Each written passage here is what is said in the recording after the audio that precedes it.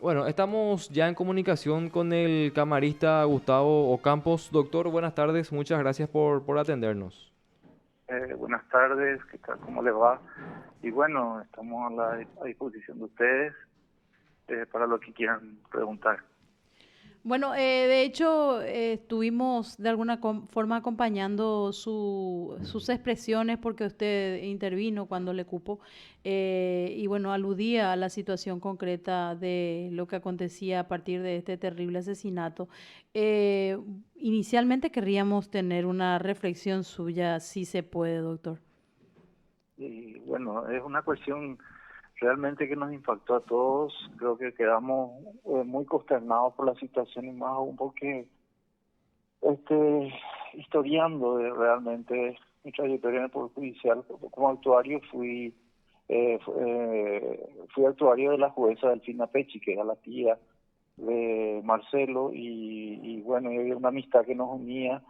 Era una persona que hacía un culto de los valores de la independencia, la valentía, la fortaleza, en ese sentido, y por qué no decirlo, y que es lo que más se debe resaltar también, aparte de todo eso, que es la honestidad a toda prueba, la Mm. integridad como persona. Y bueno, pienso que la justicia en general perdió un gran valor. Lastimosamente a veces actuamos sobre los hechos en nuestro país, ¿verdad? Y no somos a veces previsores de estas circunstancias. Y entonces hoy tuvimos una reunión con el Pleno de la Corte justamente sobre, a partir de lo ocurrido, el hecho luctuoso ocurrido, es un hecho que debemos analizarlo profundamente, que el mensaje que puede tener ese hecho y a partir de ahí tomar las medidas, hacer un análisis profundo de la situación y las necesidades que hacen a la justicia en el sentido de la seguridad Ujú. en ese tema. Disculpe que lo Ustedes saben que, interrumpa, doctor, incluso mm, en ese mismo sentido, ¿verdad? Disculpe que lo interrumpa, ¿verdad? Pero me parecía sí, incluso que hoy en la sesión de la Corte se esperaba una cuestión así casi resolutiva y una especie de necesidad de establecer estas normas de manera urgente, ¿verdad? Porque sí, sí, así es. plantear de aquí a largo plazo Mm, conversaciones, negociaciones, diálogo nuevamente a nivel interinstitucional, o sea, hay cuestiones mm, que a mi criterio a nivel administrativo la ameritan. Corte tiene la capacidad absoluta de resolver Mm, en el acto. sí, sí, sí, amerita una actuación inmediata de la cuestión en esto, ¿verdad? Específicamente.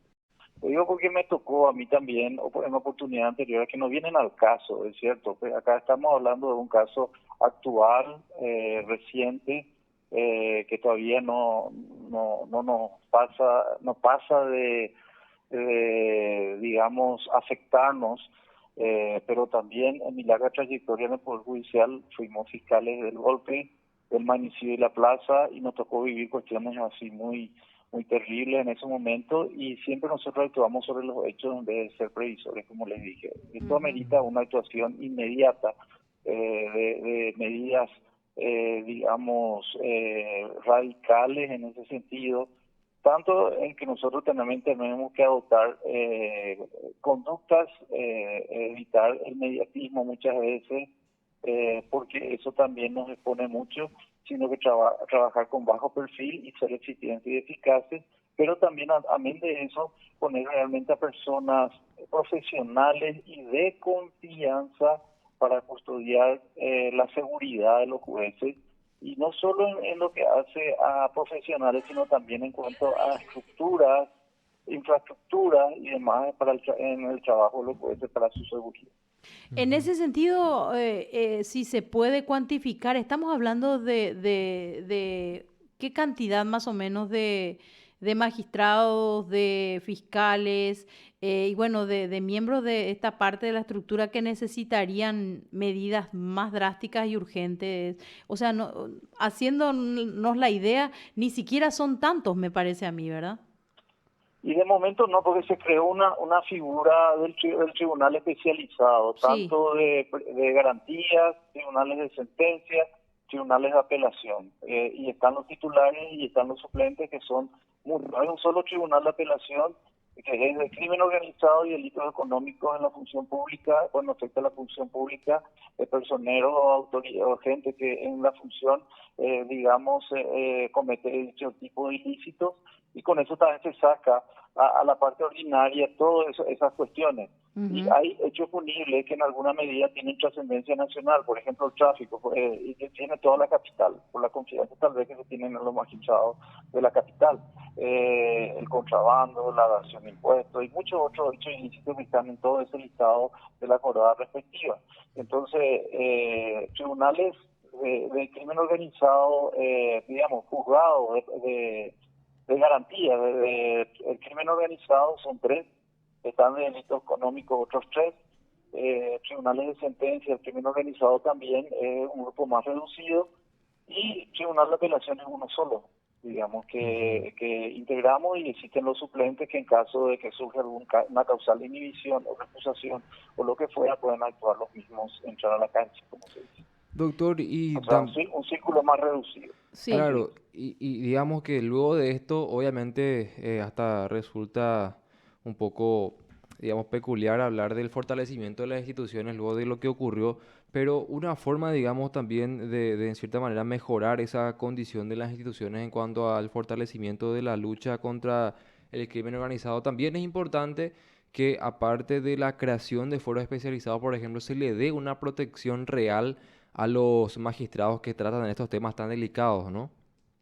Categórico, categórico. Ustedes ven la envergadura de los hechos específicamente en las últimas cuestiones que en este caso tenemos que reconocer que la punta de lanza lo es la fiscalía, que es la que asume el papel investigativo, y luego vienen a los tribunales también en la intervención en el control de garantía de los procesados, y luego en el tema de juicio donde tiene que sentenciar y dictar condenas contra personas involucradas en este tipo de ilícitos. Y sabemos muchas veces que dichas personas tienen manejan un patrimonio mucho más elevado, y que pueden, y como siempre lo sostuve, pueden hasta desestabilizar un Estado a través Ujú. de la corrupción, a través de la presión. Tienen armamentos o equipamientos mucho más sofisticados que nuestras propias fuerzas, o lo que fuera. Entonces, en ese sentido, hay que adoptar medidas drásticas y de manera a proteger a los actores del sistema judicial en general. Digo eso porque a veces se confunde lo que es la fiscalía con el poder judicial, pero en lo que hace a la justicia, que es lo englobante, ahí están incluidos también los fiscales.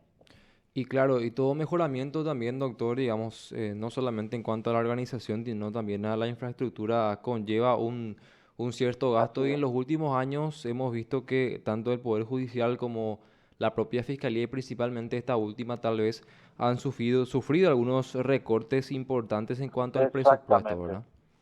Siempre cuando se trata de presupuesto del Poder Judicial, si bien la Constitución establece claramente la autarquía presupuestaria y habla de un 3% del presupuesto general de la nación, pero eso no se cumple. Y siempre cuando se trata de una ampliación presupuestaria o de una modificación presupuestaria a favor de la justicia, que ejerce un papel muy preponderante en un Estado de Derecho. Si ustedes conocen, recuerdan el artículo 3 de la Constitución, habla de la división del poder en Ujú. un sistema democrático, en donde atribuye a la justicia interpretar la Constitución, las leyes, aplicarlas, hacerlas cumplir, justamente para establecer y ser posible una suerte de convivir en un estado de paz social. Entonces, Ujú. la función de la justicia entre los órganos de Estado es una de las más preponderantes de un Estado social de derecho. El Poder Ejecutivo tiene la función de administrar, el Poder Legislativo dictar leyes, y la justicia es la que tiene a su cargo la interpretación, hacer respetar las leyes, aplicarlas y hacerlas cumplir. Y muchas veces sabemos que justamente el fuero penal es la vidriera del Poder Judicial, en donde Ujú. justamente se debaten casos muy sonados. Y estamos llegando a un extremo que lastimosamente no queríamos llegar, en donde ya el sicariato, ya que antes observábamos como muy lejano, cerca de las fronteras, pero sin embargo ya llegó a más cercana a la capital. Totalmente, doctor. Y la preocupación también en ese sentido es que podemos decir que aquí en Capital, en cierta manera, se concentran los casos más grandes en cuanto al narcotráfico, a Así la asociación mismo, criminal y demás, que día a día se así tratan mismo. aquí en el Palacio de Justicia de la capital. O sea, es también en cierta manera Todo, preocupante, todo ¿no? viene a la capital, todo viene a la capital por el tribunal especializado en ese sentido. Tanto lo del crimen organizado como así también la corrupción, digamos, el enriquecimiento ilícito, el lavado y demás cosas que son casos muy graves y que muchas veces son cometidos por gente que están en el poder y muchas veces, digamos, buscan, ustedes fueron testigos de muchas veces presionar a los jueces Ujú. y justamente socavar su independencia, que es uno de los valores éticos más fuertes. ¿Verdad? Ustedes saben los valores del código ético que se menciona el código. La independencia, la integridad, toda prueba, honestidad y la fortaleza o valentía, como quieran llamarle, y por qué no decirlo, la responsabilidad, el compromiso, como tuvo Marcelito, con su función específica, soñando con un país mejor para nuestro país. Totalmente, Para doctor. nuestra- Y también en ese sentido, ahora estaba leyendo algunas informaciones de los medios y resaltaba justamente que el doctor Marcelo Pecci era uno de los mejores funcionarios en la fiscalía y decía además, algunas notas decían que no es algo muy habitual en nuestro país que básicamente las instituciones se refería están corrompidas por los hechos de corrupción y demás cuestiones, así que una pérdida también importante en ese sentido, doctor. Sobre ese punto te quiero hablar es algo que siempre dije en mis audiencias cuando me candidataba para ministro. Cuando se generaliza el tema de la corrupción, ¿quiénes son los que más sufren? Los que generalmente dignifican la profesión. Y sabemos Así que el mismo. magistrado está sujeto a múltiples incompatibilidades. Solo puede dedicarse a la docencia y sabemos lo que implica la docencia, un sueldo de hambre, ¿verdad? Sí, Porque es la verdad. Solo la docencia y el sueldo, la escasa asignación que recibimos, por lo menos de tribunales de apelación para abajo. Y son los que más sufren cuando se generaliza porque es injusto eso y es lo que nos vende, lo que más vende es los casos de corruptos de aquellos que denigran la magistratura. Y entonces ahí escapa ya ahí es donde debe entrar realmente a actuar como se debe el jurado. La Corte tiene esa función de superintendencia también en ese sentido. Y es lo que siempre sostenemos. Y lastimosamente, gente que aún así sigue en la justicia con virtudes tales como la de Marcelo Pecci, implica que son personas que aman su trabajo y buscan justamente en el ambiente en donde se desempeñan ser ejemplos para que eso cunda en ese sentido en todo y lograr que realmente alguna vez ganar, como siempre lo sostuve, el respeto de nuestra ciudadanía y la credibilidad en su justicia. totalmente, doctor. Bueno, doctor, y ahora al margen de lo que todos esperamos, en este caso, que sea el esclarecimiento total de lo que Inmediato, aconteció, inmediato. obviamente también seguir haciendo fuerza porque ese país con el que soñamos todos sea posible y que esto efectivamente no tenga un efecto casi contrario al que buscan Sí, en este caso estas fuerzas sí, oscuras, ¿verdad? Que en realidad sí. logren fortalecer el sistema y bueno, también el desempeño, ¿por qué no?, de todos los jueces y fiscales en la lucha Mm. contra el crimen organizado. Eso es lo que hace la actuación de la justicia.